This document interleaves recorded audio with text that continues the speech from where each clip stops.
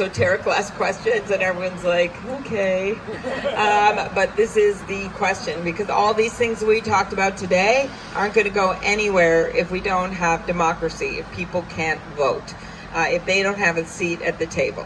So let's start with a few things. New Hampshire, well, you've had a governor and some Republicans that are making trouble and voting. I know about these state issues you've got, about the car registration and all that, just trying to show off of my knowledge. And students, like, I know all this, but that's just, remember, this is what we're seeing all over the country, right? So the first thing we've got to do is make it easier for people to vote, not harder. We have had hundreds of thousands of Americans lose their lives on the battlefields, standing up for our right to control our own destiny, our right for democracy. Thousands of people from New Hampshire. We had 4 little girls lose their lives in a church in Birmingham, innocents, in the middle of the civil rights struggle, because people were standing up for our democracy. So remember what we're talking about here. So when the president is asked about meddling in our elections, and he makes jokes to Vladimir Putin, a ruthless dictator who tried to actually hack into our elections and spread propaganda, that's not funny. You got to think about those people and how important this issue is. So I would start with, number one, I've got a bill that as president I could get done, especially if we take back the Senate, that makes it easier. It just says every kid when they turn 18 who's eligible should be registered to vote across the country. Okay, that's number one. You get the state, each state has to do it, but it comes from Washington. Okay. Number two, we have to reauthorize the Voting Rights Act. Because, by the way, if that had been, look at what happened in Georgia, where over 50,000 names, registrations were held back by a Secretary of State who was a Republican nominee for governor because they had hyphens in their name that didn't match. He's the governor now. But if that wouldn't have happened, Stacey Abrams would have been the governor of Georgia. So that is about the Voting Rights Act, and it is about fairness. Gerrymandering. The way I look at it, every state, when we have fair people that get in charge, this used to be a bipartisan issue, by the way, you make sure this is done in the right way, not in the partisan way, that it's done with the commission and it's done without regard to partisan interests or racial interests. And the Supreme Court has still opined on racial gerrymandering, but this decision, I think, was such a loss when it comes to the fact that they're messing around politically. And if you don't believe me about the gerrymandering, look what they did on the census, right? Now, finally, Justice Roberts sided with some of the other justices and said, no, this reason wasn't good enough, because it was clearly a political decision to try to put that citizenship question on the ballot. Other thing I would say is national security and protecting our voting equipment. I've actually been leading those efforts, the bill to have backup paper ballots all over the country. You don't have the issue in New Hampshire, but remember, it's going to affect you if we don't know who won the presidential election. 14 states still don't have full paper ballots or backup or partial.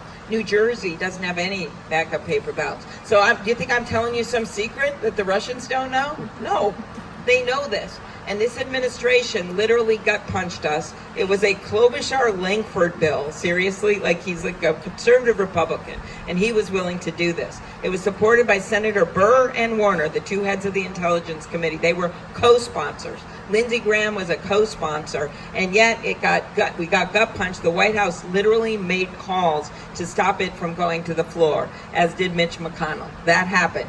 Social media ads, the number one thing U.S. citizens in New Hampshire have to educate people on, right? It's not just going to be fake ads like we had, the horror of the African-American woman's face, who was an innocent woman from Chicago, put on an ad a few weeks before the election that went on Facebook pages in swing districts to African-Americans that said, why stand in line to vote for Hillary?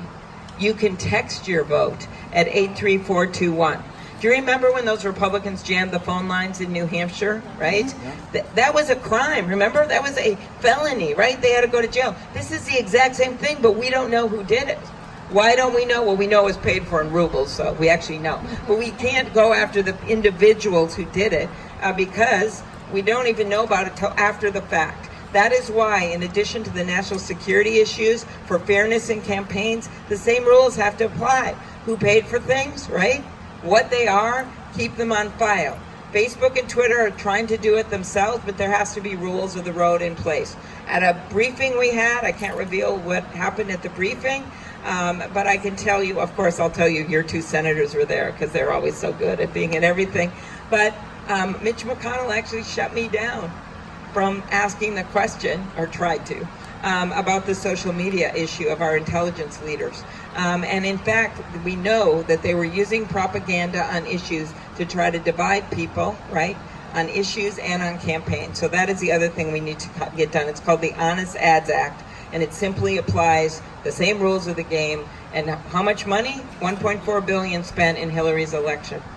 1.4 billion was spent on online ads. Forecast 3 to 4 billion in 2020. And there are no rules of the road at all. So if you're going to educate people on stuff in your state, it's not to trust those doctored videos. They're going to have to look at mainstream news sources to try to figure it out.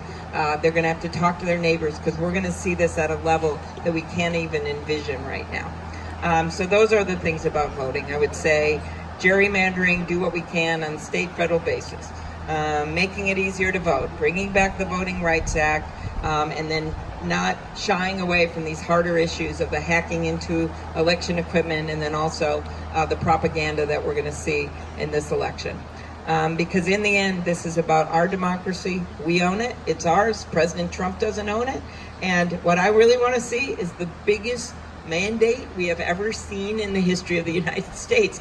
I think if you're worried about the voting thing, we just have to get everyone out to vote. We have to appeal to moderate Republicans and independents in the general election, their patriotism, because if we have a big mandate, not only do we not worry about some of this other, about if they're messing around with propaganda and other things they might do, but it means we're going to get things done, right? It is a lot easier if we take back the Senate. And by the way, there's another Amy running there, Amy McGrath, in the state of Kentucky. I always said two Amy's are better than one. And so we have to remember that there's a lot of things that we can do, and a lot of it is just